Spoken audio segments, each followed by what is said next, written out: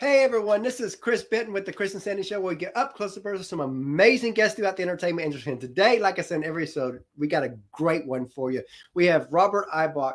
He's a Grammy nominated, Grammy Latin nominated, Billboard-charting producer, engineer, remixer, and songwriter. And we're excited to have him on because he's worked with some of the top people like Ariana Grande and so many more. And we're going to talk to him about all of that and then some. So welcome to the show. Well, thank you, Chris. Thank you so much for having me. It's definitely our pleasure. And I'll probably keep talking an hour because I'm so used to my sidekick and she's not here. Understood. I got it. And we miss her today. We miss her. Yep. So I always like to start the show out kind of the same way. You know, last 18, 20, 22 months have been rough for a lot of people, especially in entertainment. How has COVID affected what you do? And what have you done to maneuver through this? Well, COVID was very interesting. So like you had mentioned earlier, a lot of my work I do is remixes. And when COVID hit, February and then March, all of a sudden it was like overnight, everything stopped. And they shut everything down. All the clubs got shut down, which means a lot of my work got shut down. So it's like you wouldn't even realize it, but the snap of the fingers, done. Half of my business is gone. Wow. And you don't know, that at that time there, it could be 2 weeks, it could be this, it could be that, and you don't really know. So so it was a little scary, to be honest, at that point. But in the music entertainment world, a lot of what I do is in the studio. So as long as you kind of are able to, I was able to readjust what I did. The internet, we're doing this interview right now, made things pretty easy in the sense of communicating with people. So it was kind of just changing how to do business, to accommodate, and survive the situation that was at hand, because you wanted to make sure everything was safe. So like you're saying, a lot of the remix work went away, but I was able to still do productions and work with artists and work with new artists, and a lot of different collaborations came out of that. You had mentioned earlier, there's an album that we're nominated for this year, Lucky Diaz and the Family Jam Band, in the children's Grammy category. And that was done everyone in quarantine, so I mean, we have a Grammy nominated project that came out of that, so it's pretty cool. And for me personally, I was able to focus on a lot of my own music, which is something that I wanted to do for a long time, that I just never really was able to make the time for. My wife just said, sorry, she couldn't be on. She's watching though. Hi, Sandy. But yeah, like for us, we launched this show January of 2020. And so a couple months before COVID. And I remember my original plan was maybe do 100 interviews first year. I thought if we could do that, be a great foundation for a brand new show. And then COVID happens. And I'm sitting there watching everything get shut down. I told Sandy, I was like, this could be our time to shine, because while everybody's being shut down, they're going to need a place to talk, and we're going to give it to them. And because of that, we did over 300 interviews in 2020, and we're over 500 now.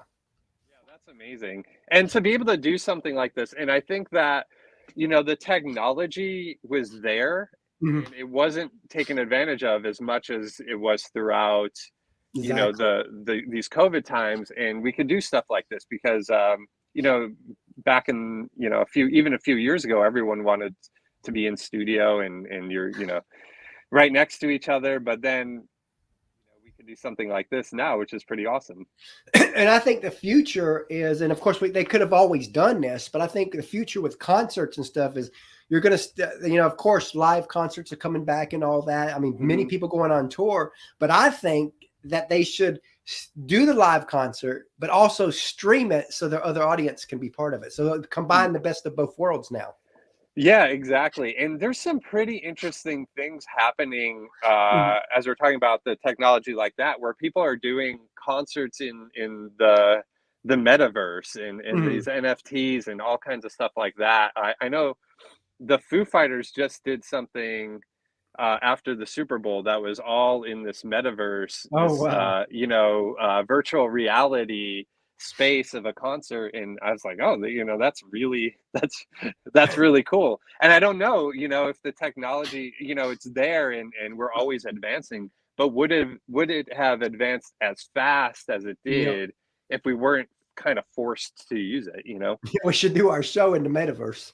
Yeah, yes, we should. We'll have our little icon, our little emojis.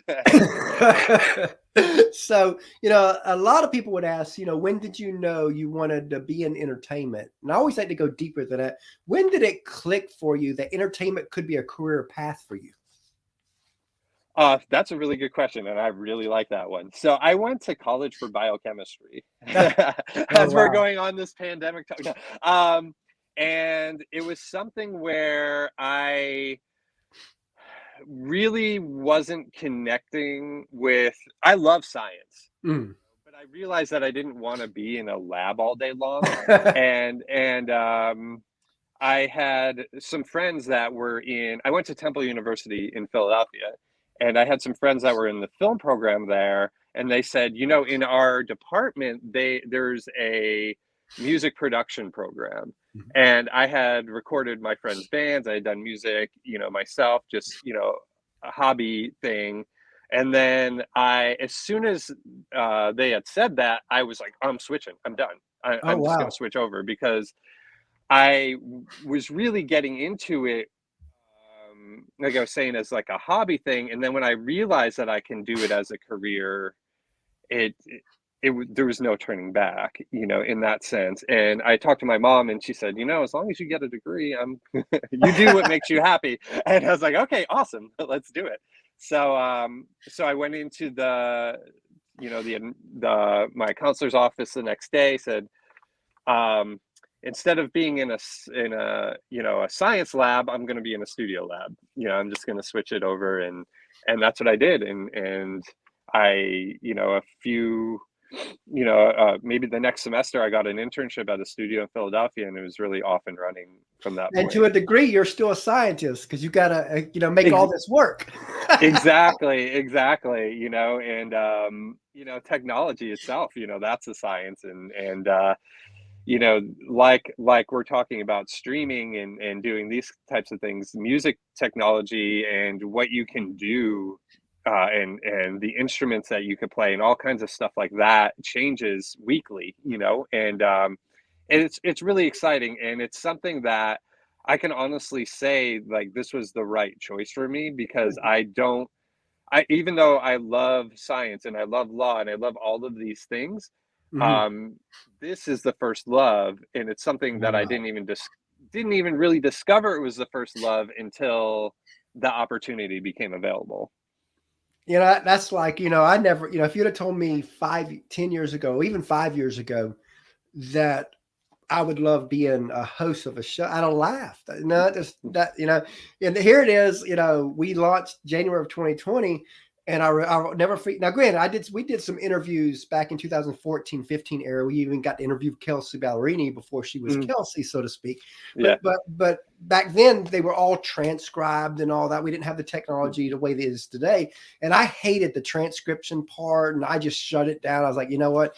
But when we did our first show, I'll never forget, January 3rd, 2020, we got off of it, and I told Sandy, this is it. Here it is. At that time, I'm Mm, 48, and I'm like, this is it. yeah. I found what I'm supposed to do, what me and my wife, Yeah.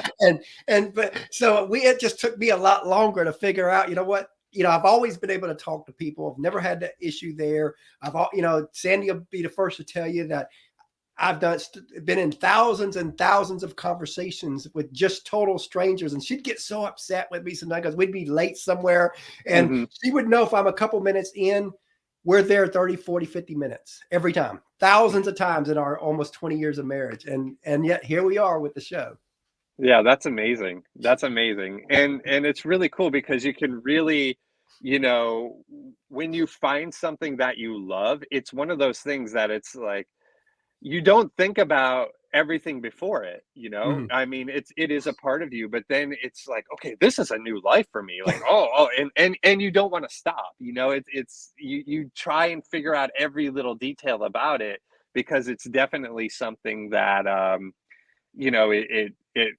it's inside of you, I Mhm. guess that's, What's kind of funny a about the cliche not way to stop explain it, but what's funny about the not stopping, we're trying to eventually move to Nashville and all that, and I'm building some things in Nashville on the business side of stuff, and I keep saying, you know what, I'm gonna slow the show down a little bit to do some other stuff, but still keep the show going.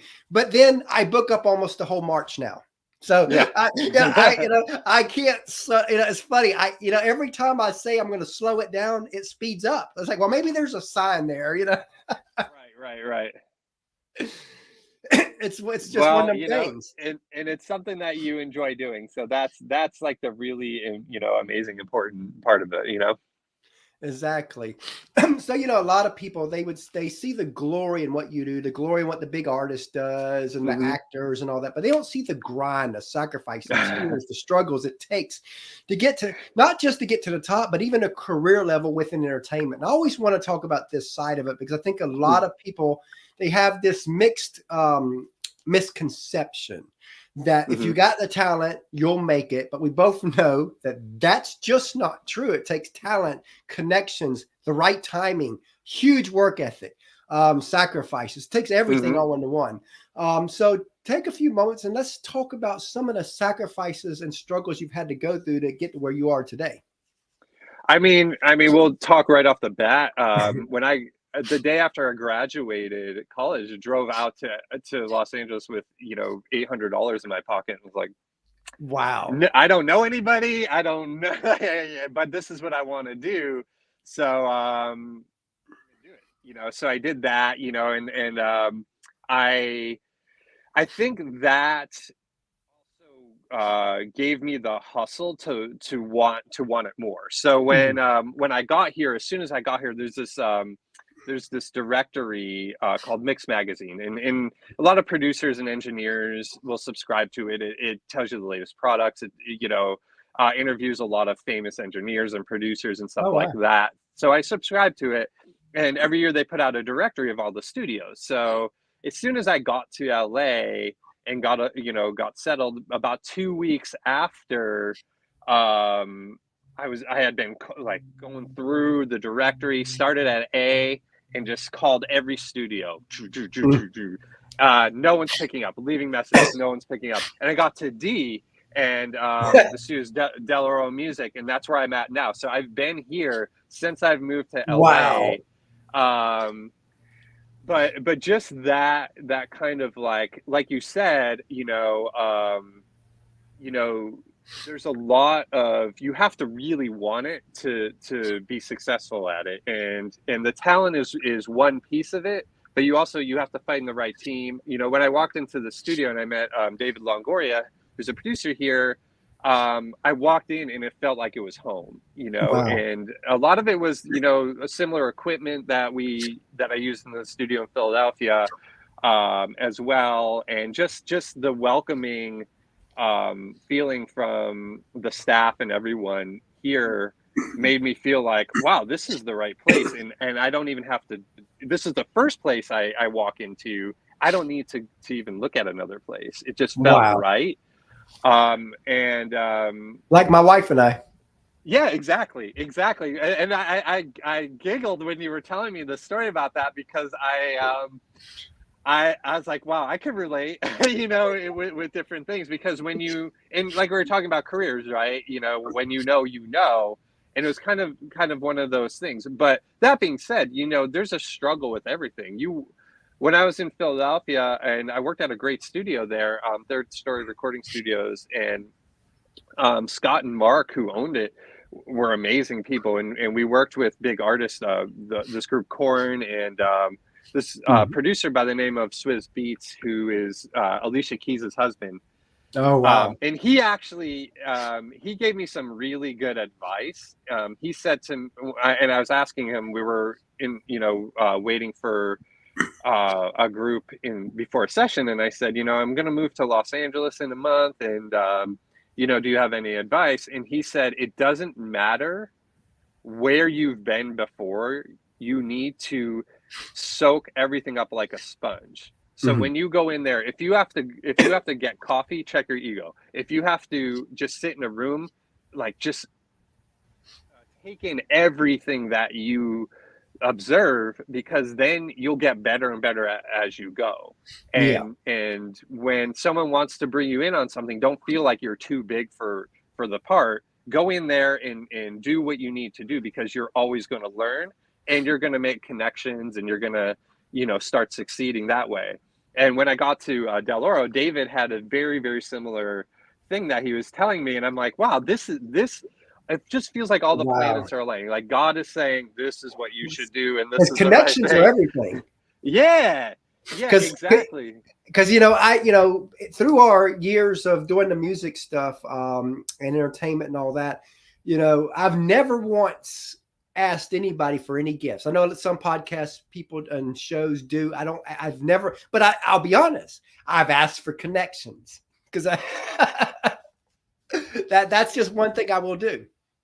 Honestly, when you get to know somebody and you're talking as friends, it's almost like you don't even have to ask. It's like, oh, I know this person would be great. Yep. This would, and it just happens. And really, that is one of the biggest lessons. But it's also sacrifice too, when you look at it, because you sit there and, it's like, well, I've done all these things. I've worked on all these projects I did. And then it's like, you got to check the ego a little bit, because you never know that this opportunity that I don't feel like is an opportunity might be the biggest thing in my world. Exactly. It might be the biggest thing that takes me to the next level here or there. And I know you could be working with somebody who's the next Ariana Grande. Right. And even, stuff like that, it's even still, like, you can have all the success in the world, but you're still fighting, you're still scratching and clawing. And we were talking about the pandemic. Half of the business gets shut down, and all of touring gets shut down. It's like, oh, you just went from 60 to 0. And it's, how do you build back up? But if you have that drive and that passion, all the other things tend to come with it. And like you were saying, connections and obviously talent, and the biggest blessing to get is talent. But if you don't work on that, if you're not sacrificing hours in practicing and learning what the new software is, or as as a vocalist, singing, and working out and doing all of those things, you've just wasted that. So even if you have all these God-given gifts, you still need to sacrifice and put in the time and effort to make it successful. Look in the Bible. I mean, when David was called, he was a harp player, but he had to still hone that skill, so that when that day came that he had to play harp for the king and all that, that would not have happened if he didn't hone those skills. Right. Exactly. And you're told by God, like, here you go. This is what you're. It's like, okay, I better get good. I think that's where a lot of people kind of miss. Again, because I see it a lot where they got this raw talent, and they think that they should be just given this and given that, before they even paid the price. And it's like, I don't care what you do in life, there's a heavy price to pay. I mean, like people who moved to Nashville, I mean, they call Nashville a 10-year city for a reason. Right.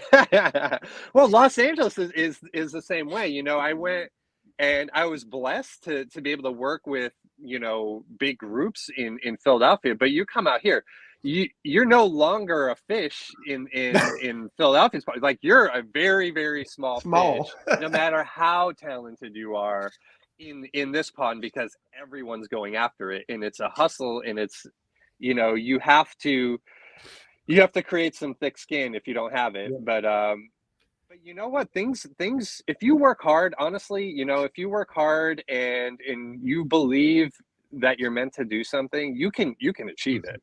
It just might not always be the way that you drew it up, but you have to look at those signs and say, okay, this sign is taking me down down this road, and then that road is through the forest. I'm gonna take the, even though speaking of that's funny you said that, because my goal has always been for years and years to be a motivational speaker. I've always been one of the big people into listening to all the audios and all that. And then Sandy comes along and we marry, and we had to figure out in the car, she's a hardcore music person, I'm a hardcore this. So we had to compromise and listen to both 50-50, as we were growing in this.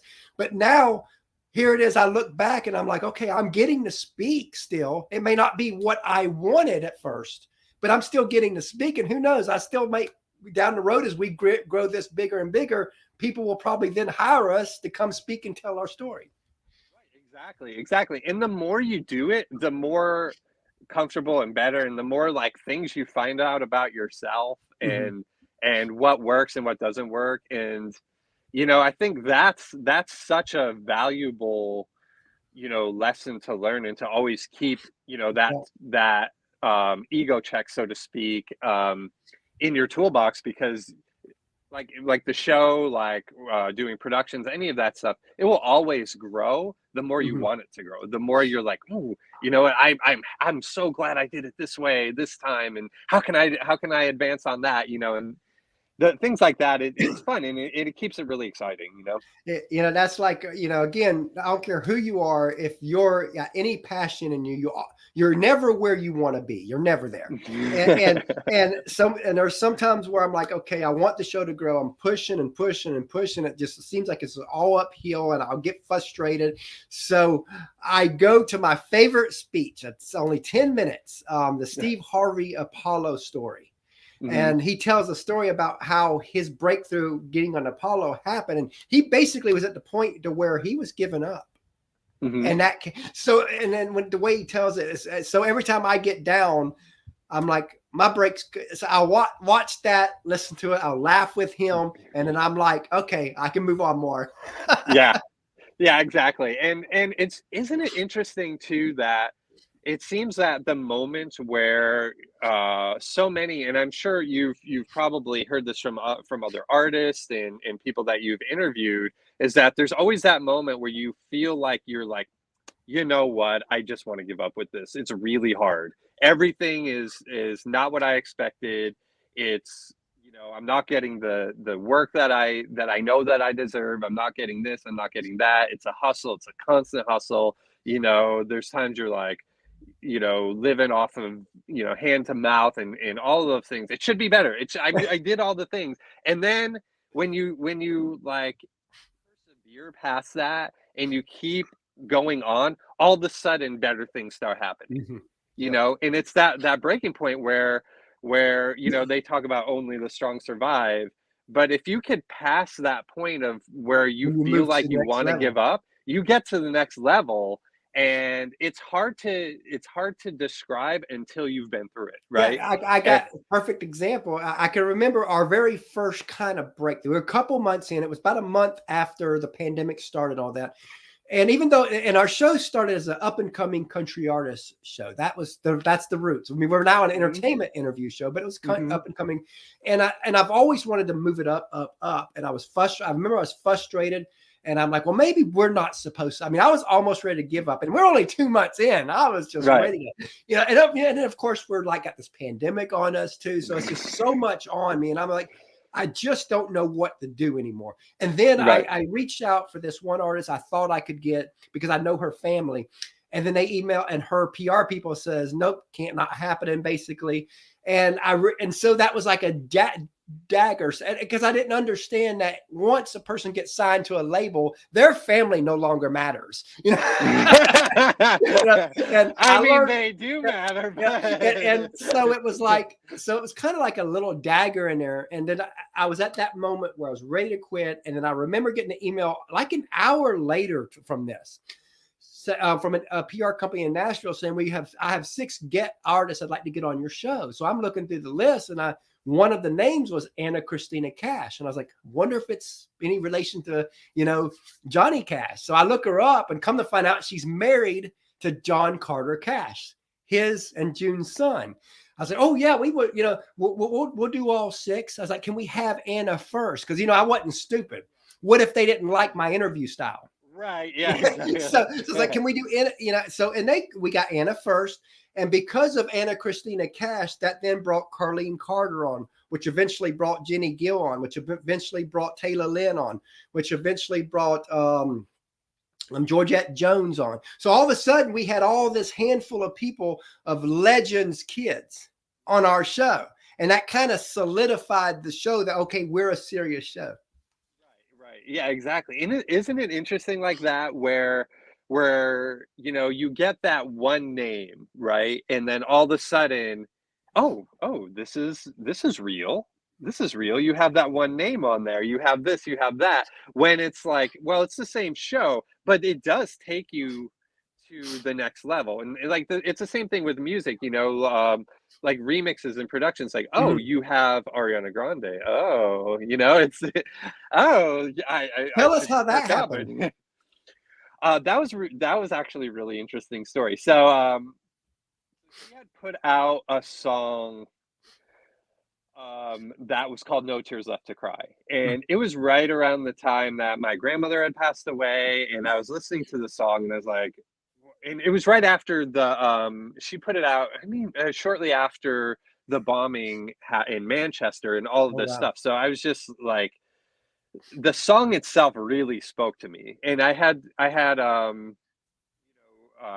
been doing remixes for artists, major, independent, for a while. I've been establishing that, and I was really like drawn to this. I was like, I have to be a part of this. I know the song's out, but are they going to chart? Like, are they going to do this stuff? Are they going to do remixes? And so I said, I just have to do the remix. So I talked with David, and he knew the promoter that was working the record.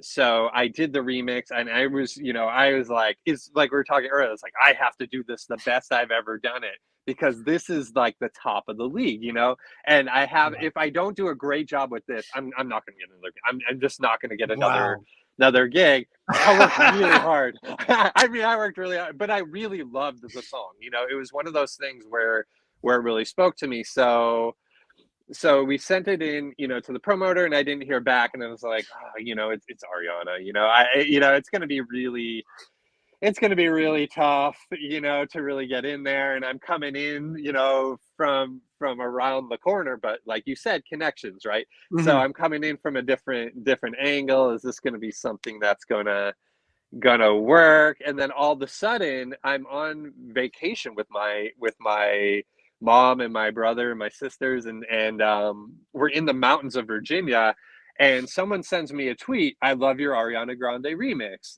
Oh wow! Sent me this flyer that the promoter and Republic Records had put together. I was like, what? And I was just like, oh my god!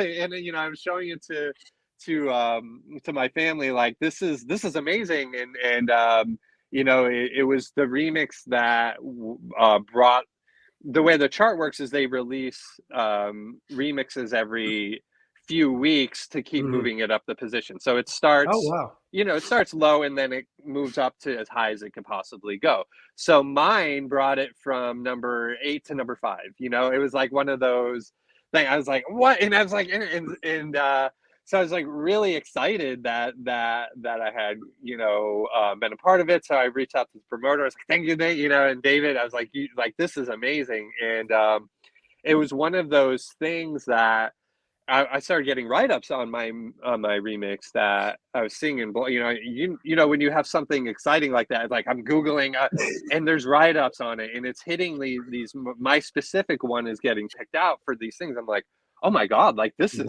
amazing, and that opened up a relationship with that promoter and different labels that really got me a lot more remixes. So a lot of work from them, and from promotion and those companies. So I was really blessed to be able to take advantage of that, and it being something that I really wanted to do.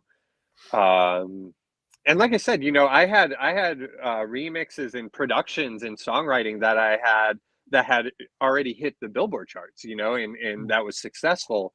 Wow. And that one seemed to just take everything to the next level. It was one of those moments where it's just like, okay, here you go. Like, it's time to run. And from that moment on, it Wow. was major label after major label after It's major like that label one record. viral video, you know, if you know, you could have 100 videos out there and then all of a sudden one goes viral, they all go. Yeah, exactly. And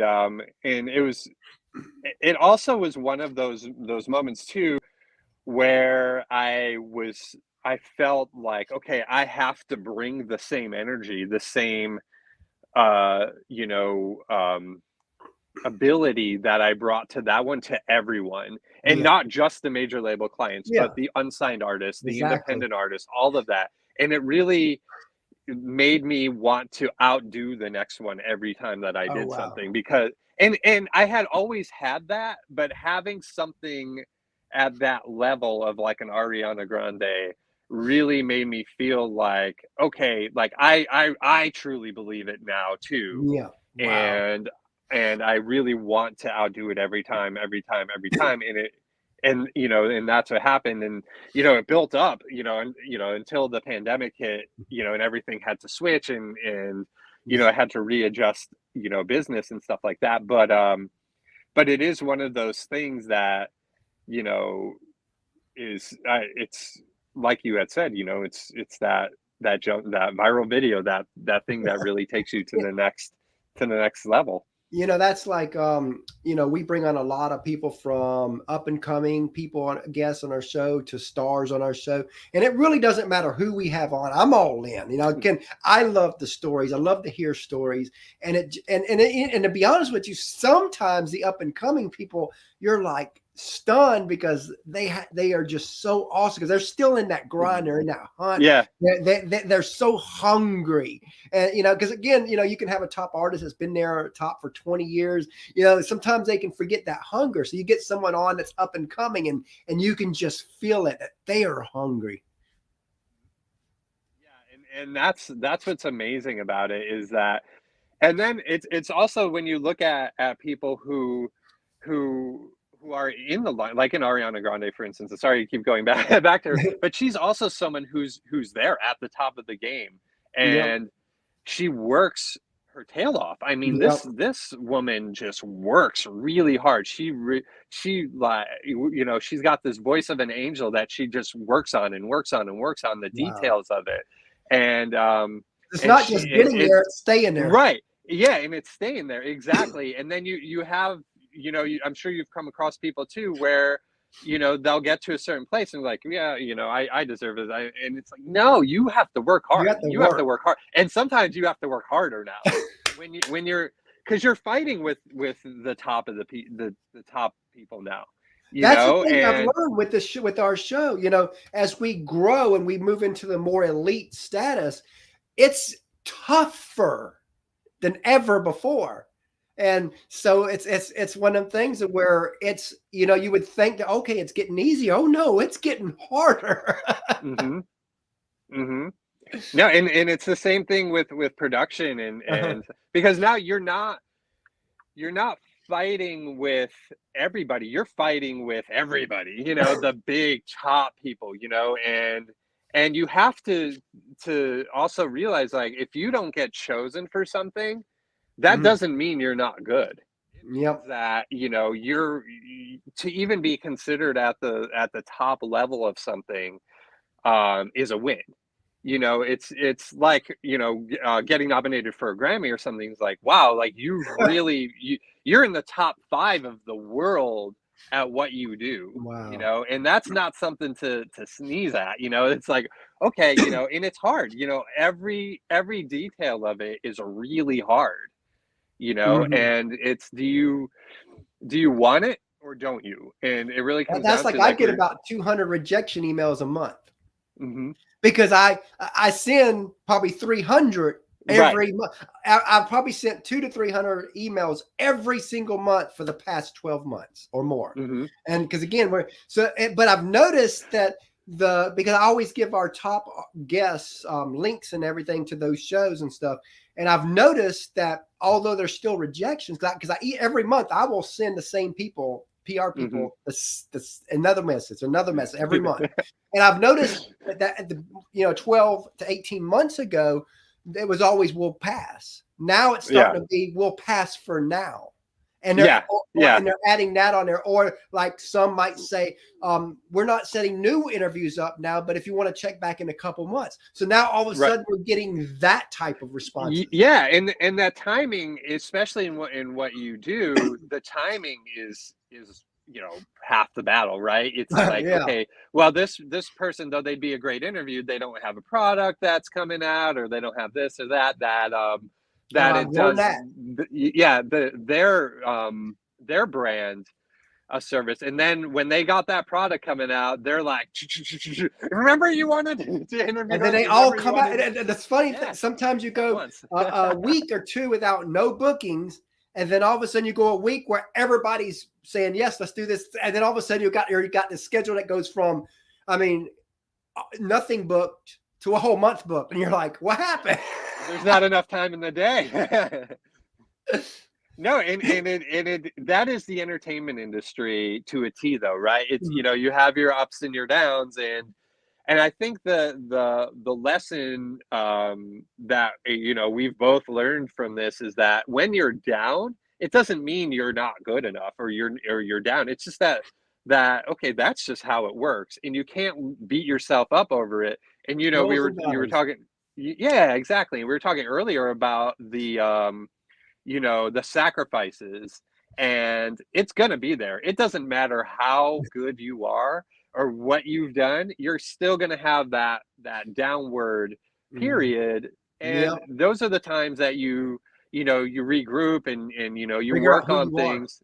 Yeah, and work on projects that maybe you didn't even think were there, and you keep busy, you hone in that craft, you learn the new software, you take the vocal lessons, you do all the things that you need to do to be successful, because it's going to go back up.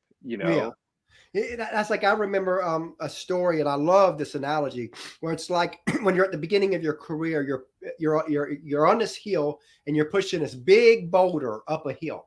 You can't see around a boulder, so you can't see the top of the hill. All you know is somewhere up there is the top of the hill.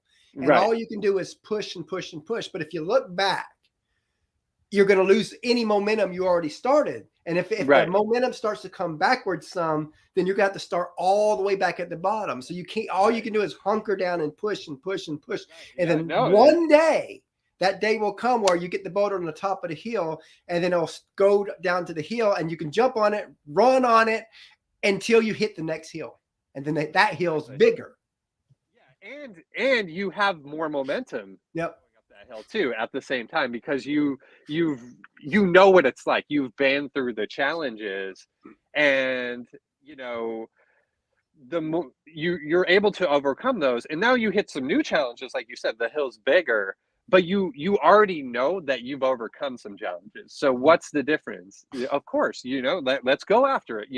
I've got my tools. I'm ready to go. I've got my good running shoes on. Let's take a running start at this one. Let's do what we can to get up that hill with this boulder to make it work. And it's funny how people talk. Okay, these doors keep closing, but there is always an opening somewhere. Yeah. It just may not be the one that you expected it was going to be. Yeah. And if it still gets you to point B, you might have to go to point Z, but if it gets you to that point B, that's all that matters. Yeah, exactly. And now you have a story to tell, right? Yep. And that's the thing. I woke up. Sometimes I always joke with Sandy. We've been through heck and back financially, trying to go through all this, and sometimes I was like, I know there's a story here for our future, but man, I wish that God would be ready to take us to that next level, because we've got enough stories to motivate people. We don't need another one. Right. But you know what? God decided you did. Yeah, exactly. And you get through it, right? You get through it, and you fight and you scratch and claw, and now you have a successful show, and like all the things, they work out, you know. Yeah, because we failed at over 100 different business ideas that all failed in our almost 20 years of marriage until we got here. So, but again, like I tell people, it's not really failure. We learn from each thing. We learn, Right, okay, and that's the thing, right? If you take the learning experience from it, it's not a failure. It was a free education, you know, or it was an expensive education, but an education nonetheless. So as we start to close out here, any final parting words, and what are you currently working on? Well, I'm working on some more music for myself, you know, some more of my own music. Working on a great blues project with David Longoria and Barbara Morrison, who's very amazingly talented. You should check her out. She's awesome. She's like a legend of blues. Working on that, working on other projects. Been doing some advocacy within the Recording Academy. Oh, wow. We're fighting for the American Music Fairness Act, which, as a lot of your audience may not know, when a song is on the radio, the artist doesn't get paid unless they're a songwriter. Yeah. So we're fighting so that these royalties are change a little bit. And I'm sure and then of course with streaming, it's the other way around. The artist gets money, but the songwriter gets such a small piece. It's like, you know, touring is really where the big money's at now, but then people don't want to buy music anymore. Yeah, and it's learning how to adapt to the new technology and do what you can. So you know, and the other thing with that too is that other countries, there's about $200 million that's lost per year in revenue that other countries don't pay us when they stream our music or play our music, and that's one of the things in this bill that we're fighting for. Awesome. So that's a big thing that I'm involved in. And you know, trying to enjoy the moment, you know, with the Grammy nomination and those things, because that is an important thing to do too. Yeah. So I'm really excited. We're really excited about April 3rd and what happens there. But just enjoying that, enjoying the successes, and even enjoying, you know, the failures and all of that stuff, and you know, trying to take a moment to breathe, but working on some music and staying active and just being, you know, enjoying it. Love that. So tell everybody how they can find you. Well, you could find me at if you Google Robert Eibach, you could find me anywhere. I'm at Robert Eibach on Twitter, at _BACH on Instagram. But yeah, you could pretty much find me in Google anywhere. Spotify, Robert Eibach. Apple Music, Robert Eibach. It's EIBACH. And yeah, you know, if you enjoy it, come listen, hang out. I love that. And I enjoyed having you on the show today, and I definitely look forward to having you back, especially after the Grammys. Oh yeah, I would love to. Hopefully it's a celebration.